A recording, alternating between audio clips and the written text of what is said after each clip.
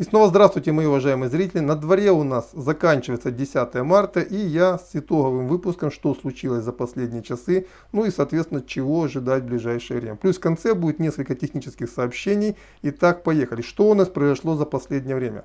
Вы знаете, очень интересное сообщение, якобы утечка с украинского генштаба о том, что генштаб не имеет сил на запрос группировки на Донбассе помочь, потому что иначе она может оказаться в окружении. То есть генштаб вооруженных сил Украины вроде бы ответил, что для Донбасса сил нет. Все силы уходят сегодня на Киев, на Харьков и на локализацию российского прорыва на юге, в Николаевской области. То есть очень похоже, что донбасской группировке уготована роль армии Паулюса, которую уже Гитлер после того, как ее окружили, полностью похоронил, но она должна выполнить свою последнюю миссию. Максимально нанести потери противнику, удержать свои рубежи как можно дольше и таким образом отодвинуть агонию режима еще на некоторое время, дав ему время, как считают в Киеве, для возможного спасения. Причем уже очевидно, что после взятия, по сути, Изюма, а Изюм, да, там еще остались на территории города незачищенные районы, но в целом уже переправы наведены, и российские войска могут двигаться в тыл славянско-краматорской группировки, но для этого еще, естественно, потребуется какая-то перегруппировка сил, потому что бои были очень и очень сильные. Кстати, я обещал в прошлом материале рассказать о том, что произошло в районе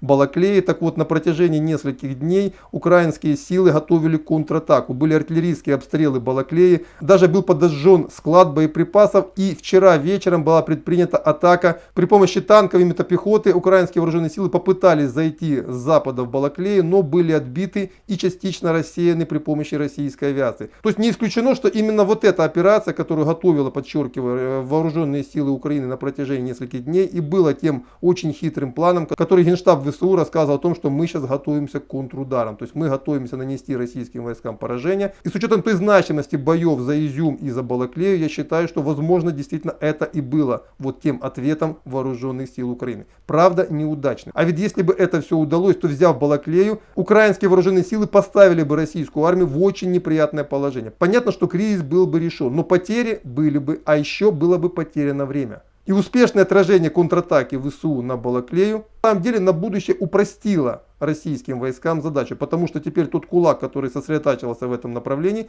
он заметно ослаб. А значит, с этой стороны можно ожидать уже меньше неприятностей и более спокойно готовиться к наступлению на юг.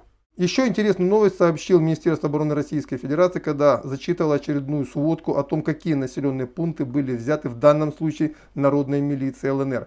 Очень похоже, что готовится большой прорыв на трассе Бахмутка. Взяты несколько населенных пунктов, кроме вчерашней Попасной. И я так понимаю, что народная милиция ЛНР попытается проломить оборону ВСУ в этом направлении и как минимум окружить вот эту Лисичанско-Рубежнянско-Северодонецкую группировку. То есть отколоть от Донецкого фронта самую северную его часть и взять его в окружение. На самом деле Донецкое направление пока просматривается на протяжении следующих будущих нескольких дней самым важным. Потому что для российских вооруженных сил очень важно уничтожить здесь группировку вооруженных сил Украины. Потому что после ее уничтожения у российского командования появятся новые резервы. То есть все эти силы, которые сегодня задействованы в этой операции, они далее могут быть переброшены на любое другое направление. И соответственно резко изменить баланс сил либо на юге, либо под Харьковом, либо под Киевом. Но я думаю, что далее это будет все-таки в первую очередь Харьков и юг. Киев будет оставлен уже на закуску.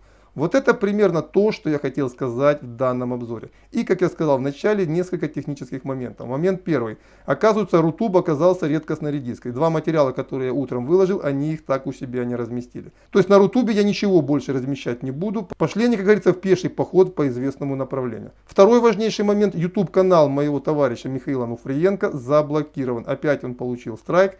Он открыл уже третий YouTube канал, ссылку на его канал я даю в текстовой строке под видео, на котором в том числе вы далее можете смотреть и сводки с фронтов украинской войны. Все, на этом по этой теме пока все, до завтра, надеюсь, утром у нас будет следующий материал, не посвященный сводке, а я обратно вернусь к теме, о еще одном аспекте украинского кризиса, а именно о внутренних проблемах России. Все, вроде все анонсы теперь сделал, теперь точно до свидания и до завтра.